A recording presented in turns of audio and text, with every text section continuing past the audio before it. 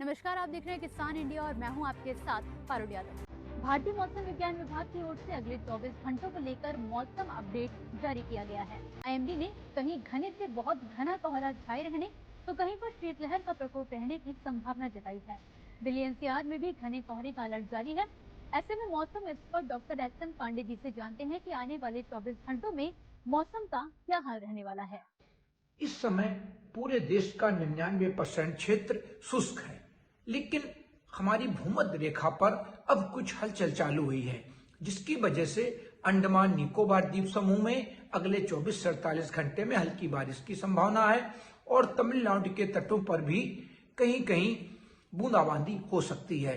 लेकिन इसी के साथ एक एंटी साइक्लोन भी बना हुआ है, जिसकी वजह से गुजरात से लेके झारखंड और उड़ीसा तक नमी मॉइस्चर फील्ड थ्रो हो रहा है।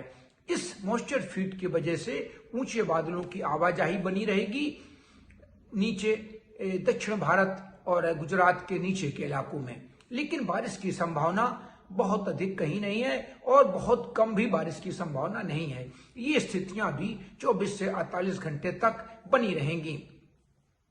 अब WD आ रहे हैं, लेकिन फिलहाल अभी अगले 48 घंटे तक उत्तर पश्चिमी सर्द बर्फीली हवाएं पूरे उत्तर भारत में, आज जम्मू कश्मीर में -4.5 और 5 डिग्री तापमान रिकॉर्ड किया गया है और पूरे हमारे मैदानी भागों में भी, पंजाब में, हरियाणा में, राजस्थान में और राष्ट्रीय राजधानी क्षेत्र में, उत्तर प्रदेश में, बिहार में, यहां तक कि उड़ीसा और मध्य प्रदेश के क्षेत्रों में भी तापमान औसत से 4 से 5 डिग्री रात के रिकॉर्ड किए जा रहे हैं। तो अभी ये स्थितियां 24 से 48 घंटे तक जारी रहेंगी और जो WD अभी 25 या 26 तारीख को आने वाला है, उससे जो ऊंची पहाड़ियां हैं वहां पर थोड़ी इंटेंसिटी बहुत कम रहेगी बर्फबारी और बारिश की, लेकिन होगी। आईएमडी के अनुसार देश के बड़े हिस्से में सर्दी का असर लगातार बढ़ता जा रहा है।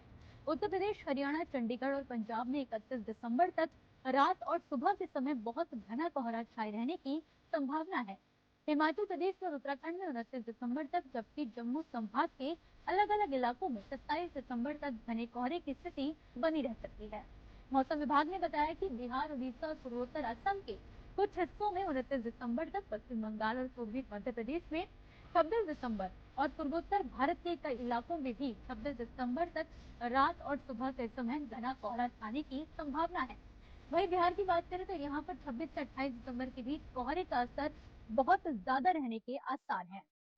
अब जिस तरह से मौसम एक महीने बाद में शुरू होते हैं, चाहे हमारी बरसात हो चाहे सर्दी हो, क्योंकि जब हम लोग छोटे थे तो नवंबर के फर्स्ट वीक से ही सर्दियों की ड्रेस पहनने के लिए कहा जाता था, लेकिन अब आप देखिए दिसंबर के फर्स्ट वीक में सारे स्कूल इस बात का आदेश देते हैं कि अब बच्चे सर्दी की ड्रेस पहन के आएंगे, जैकेट पहन के आएंगे, कोट पहन के आएंगे, स्वेटर पहन के आएंगे।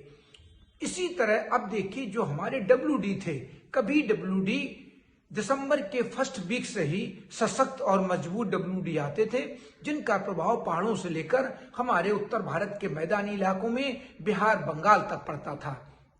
लेकिन अब ऐसा नहीं है। दिसंबर के लास्ट में अब WD मजबूत आते हैं, जिनका असर पहाड़ों पर बर्फबारी के रूप में और बारिश के रूप में पड़ता है। लेकिन पिछले 2 महीने से बिल्कुल हमारे देश में शुष्क मौसम है और जो हमारा उत्तर भारत है वहां बारिश अभी बिल्कुल नहीं हुई है। इस तरह की इकोलॉजी या परिस्थितिकी जो है वो हमारी खेती किसानी के लिए और हमारे जीवन के लिए बहुत अच्छी नहीं कही जा सकती है, क्योंकि बारिश जब हो जाती है तो प्रदूषण भी बिल्कुल समाप्त हो जाता है। लेकिन ऐसा नहीं हो पा रहा है और अभी भी दिसंबर में बारिश की संभावना उत्तर भारत के इलाकों में नहीं देखी जा रही है।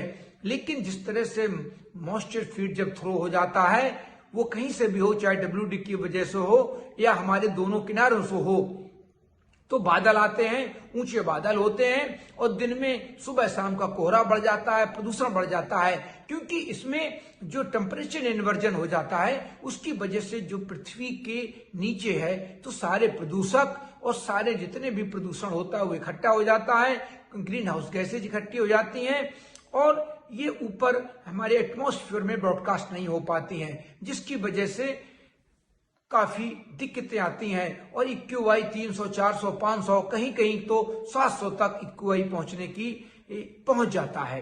जैसे स्थितियां पिछले कई दिनों से पूरे उत्तर भारत में देखी जा रही हैं, चाहे राष्ट्रीय राजधानी क्षेत्र हो और चाहे हमारा उत्तर प्रदेश हो, ये स्थितियां निश्चित रूप से मानव स्वास्थ्य के लिए, पशुओं के लिए, जानवरों के लिए बहुत अच्छी नहीं कही जा सकती हैं। इसी के साथ दोस्तों फिलहाल के लिए मौसमनामा में बस इतना ही। आप मुझे दीजिए इजाजत और देखते रहिए किसान इंडिया। धन्यवाद। अगला स्टेशन आपकी मनचाही मंजिल खुशहाली है। खुशहाली के दरवाजे चारों ओर से खुले रहेंगे। किसान इंडिया के साथ यात्रा करने के लिए आपका धन्यवाद।